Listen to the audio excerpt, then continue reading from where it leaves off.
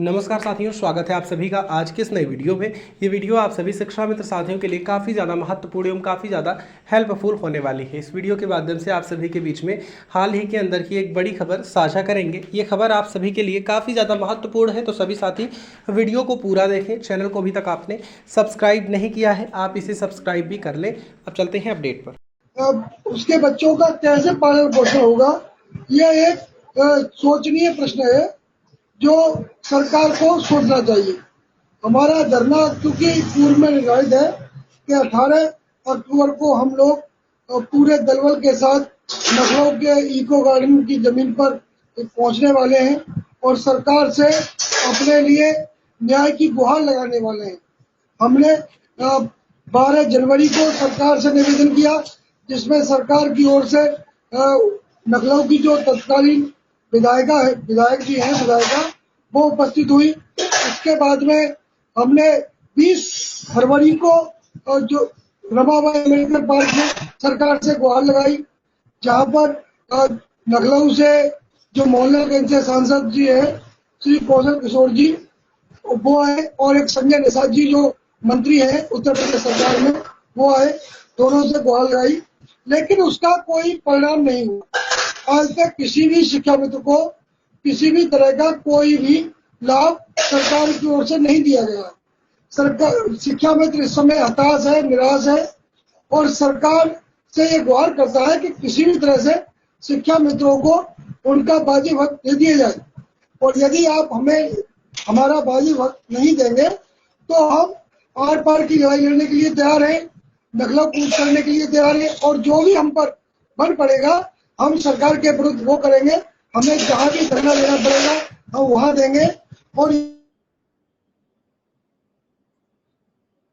चलिए कुछ भी करेंगे। अब सरकार जो भी हमारे साथ व्यवहार करेगी वो हम उसको सहन करेंगे, क्योंकि हम इतने भूखे हैं कि सरकार जो भी हमें दंड देगी वो भी हमें सहर्ष स्वीकार है। लेकिन इस तरह से सरकार जो हमारे साथ बर्ताव कर रही है वो किसी भी प्रकार न्यायोचित रही है।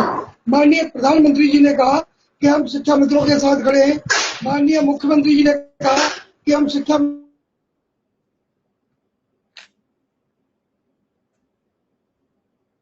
चलिए कुछ तकनीकी व्यवधान उदय सिंह की तरफ से आ रहा है। मैं सीधा डॉक्टर अरुणेश जी के पास ही पहुंचूंगा। अरुणेश जी, जिस तरीके से आप पीड़ा सुन रहे हैं विक्रम सिंह की और उदय सिंह की, वो 1.5 लाख शिक्षा मित्रों की बात बता रहे हैं, वो 30,000 उन परिवारों की जो 9,000 रुपया मान दे पाते हैं।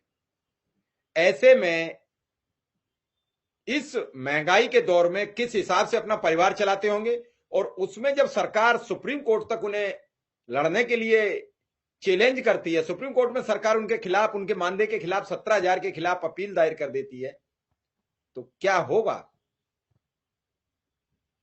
देखो साहब, इसमें कोई भी दो राय नहीं है, कोई भी गुरेज नहीं है कि सरकार जो है, चाहे गरीब तबका हो, चाहे वो मजदूर वर्ग हो, चाहे वो किसान वर्ग हो, इसके बिल्कुल खिलाफ है। आपने देखा साहब, 13 महीने किसानों का आंदोलन चला और सरकार ने पूरा प्रयास करा उस आंदोलन को दबाने का। मीडिया ने, जो मेन स्ट्रीम मीडिया थी, उन्होंने भी उस आंदोलन को बदनाम करने की पूरी कोशिश करी। उसके बाद आपको ध्यान होगा, आपने, मुझे ध्यान है, आपने भी कवर किया था, एसएससी जीडी वाले बच्चों का भी एक प्रोटेस्ट चला था लगभग, और वो पदयात्रा भी करके आए थे, लेकिन उन बच्चों की भी गृह मंत्री जी ने नहीं सुनी। इसके बाद उसी के हम समांतर कह सकते हैं, 69,000 शिक्षकों की भर्ती का भी आंदोलन चल रहा है और वो अभी भी अधर में अटका हुआ है। लेकिन सरकार, वहां पे भी सरकार का जो रवैया है वो सकारात्मक नहीं।